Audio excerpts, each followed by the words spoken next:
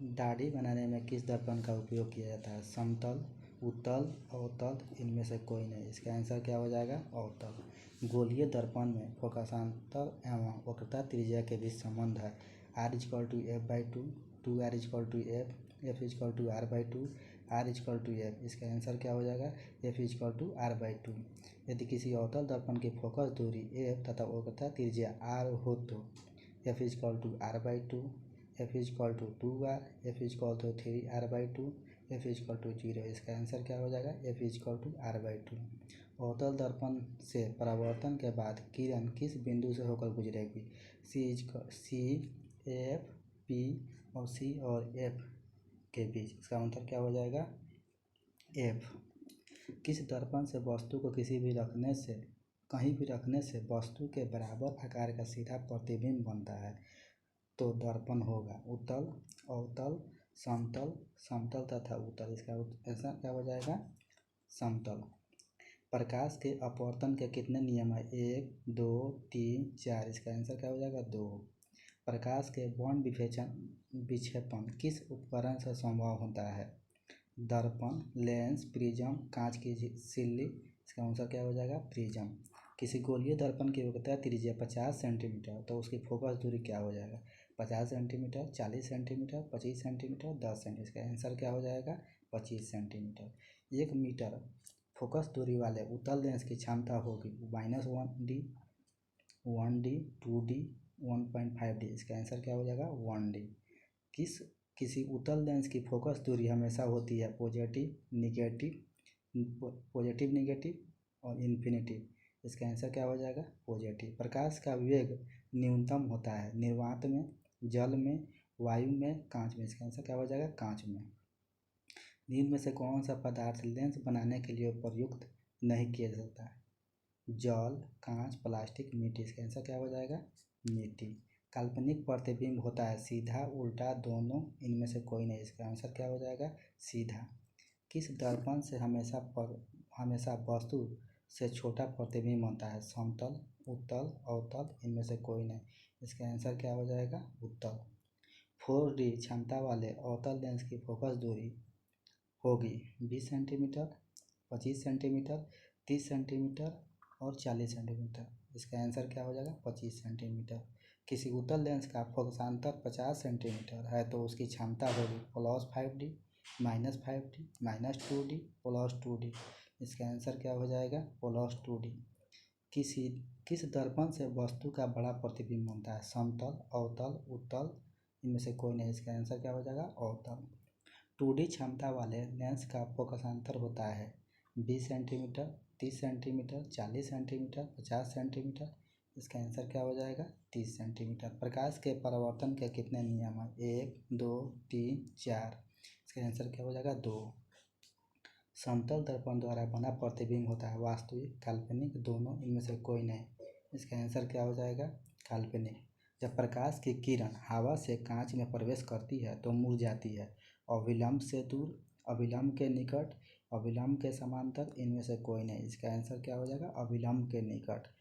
किस दर्पण से आप चाहे कितनी ही दूर पर खड़े हो आपका प्रतिबिंब सदैव सीधा प्रतीत होता है?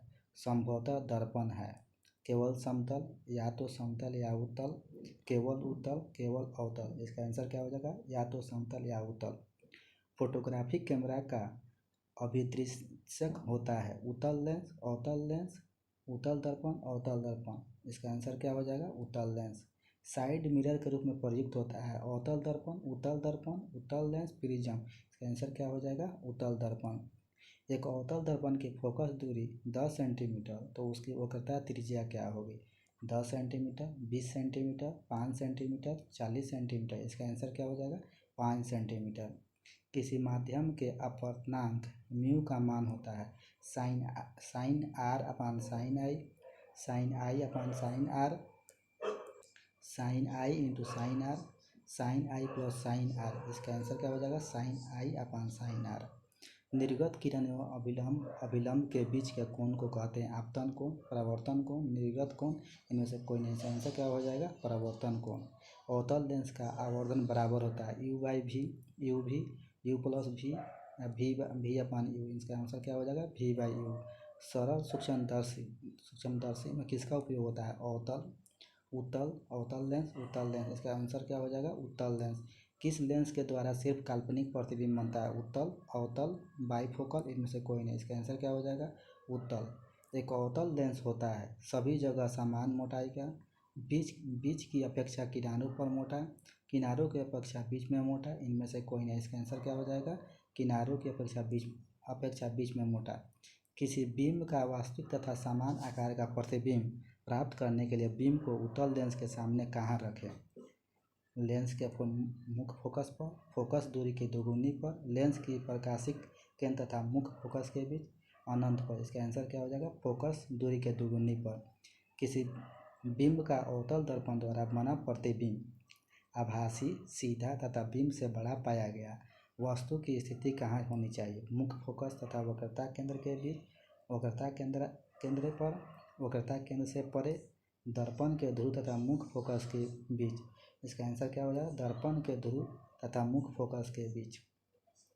किसी गोलीय दर्पण तथा किसी पतले गोलीय लेंस दोनों की फोकस दूरी -15 सेंटीमीटर है, तो दर्पण तथा लेंस संभवतः है दोनों उत्तल, दर्पण अवतल तथा लेंस उत्तल, दर्पण उत्तल तथा लेंस अवतल का पानी। आंसर क्या हो जाएगा? दोनों अवतल। परावर्तन के नियम से निर्धारित होता है आपतन कोण इक्वल टू परावर्तन कोण, परावर्तन कोण बराबर आपतन कोण, आपतन कोण बराबर विचलन कोण। इसका आंसर क्या हो जाएगा? आपतन कोण इक्वल टू परावर्तन कोण, यानी आपतन कोण बराबर परावर्तन कोण। लेंस में मुख्य फोकस की संख्या कितनी होती है? 2, 1, 3, इनमें से कोई नहीं। इसका आंसर क्या हो जाएगा? 2। प्रकाश की किरणें गमन करती है सीधी रेखा में, टेढ़ी रेखा में, किसी भी दिशा में, इनमें से कोई नहीं। आंसर क्या हो जाएगा? सीधी रेखा में। सर्च लाइट का परावर्तक सतह होता है उत्तल, अवतल, समतल, इनमें से कोई नहीं। इसका आंसर क्या हो जाएगा? अवतल।